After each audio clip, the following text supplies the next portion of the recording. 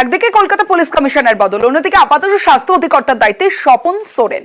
স্বাস্থ্য অধিকর্তা ছিলেন দেবাশিস হালদার, আর দেবাশিস হালদারকে করা হলো ওএসডি পাবলিক হেলথ।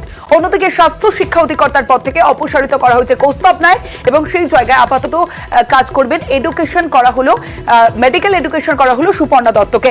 সরাসরি চলে যাব, সোমরাজ রয়েছে আমার সঙ্গে। সোমরাজ, একদিকে সিপি কে বদল করা হলো এবং রাজ্য পুলিশের একাধিক পদে বদল, কলকাতা পুলিশের একাধিক পদে বদল করা হলো, অন্যদিকে স্বাস্থ্য এবং শিক্ষা অধিকর্তা সেখানেও বদল।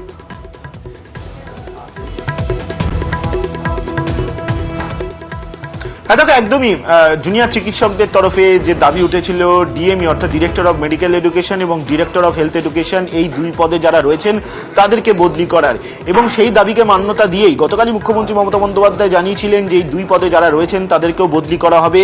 বিকেল 4টের মধ্যে সেই ঘোষণা করে দেওয়া হবে। তার আগেই সেই ঘোষণা বা সেই নির্দেশিকা রাজ্য স্বাস্থ্য দপ্তরের তরফে জারি করা হয়েছে এবং সেখানে বলা হয়েছে ডিরেক্টর অফ মেডিকেল এডুকেশন হিসেবে যিনি ছিলেন ডক্টর কৌস্তব নায়েক, তাকে আপাতত director institute of health and family ওয়েলফেয়ারের দায়িত্ব দেওয়া হয়েছে। কিন্তু ডিরেক্টর অফ মেডিকেল এডুকেশন হিসাবে বর্তমানে কাউকে দায়িত্ব দেওয়া হয়নি। কিন্তু স্বাস্থ্য দপ্তরের সচিব যে নির্দেশিকা জারি করেছেন সেখানে স্পষ্ট বলছেন নতুন ডিএমই অর্থাৎ নতুন স্বাস্থ্য শিক্ষা অধিকর্তা খুব শীঘ্রই নিয়োগ করা হবে।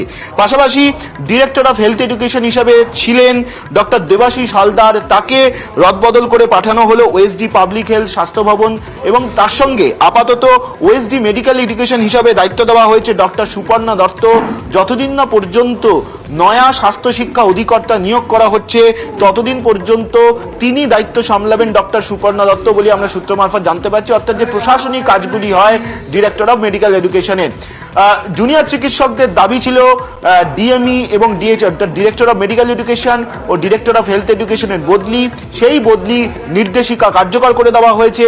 বিকেল 4টে নয় তার আগেই সেই নির্দেশিকা কার্যকর করে দেওয়া হয়েছে বলেই আমরা নির্দেশিকা ইতিমধ্যে জারি করা হয়েছে রাজ্য স্বাস্থ্য দপ্তরের তরফে, এবং এই নির্দেশিকা মোতাবেক যিনি নতুন ডিএইচএস হবেন অর্থাৎ ডক্টর স্বপন সোরেন যিনি চার্জ নেবেন তাকে অবিলম্বে চার্জ নেওয়ার কথা বলা হয়েছে রাজ্য স্বাস্থ্য দপ্তরের তরফে। বেশ সোমরাজ।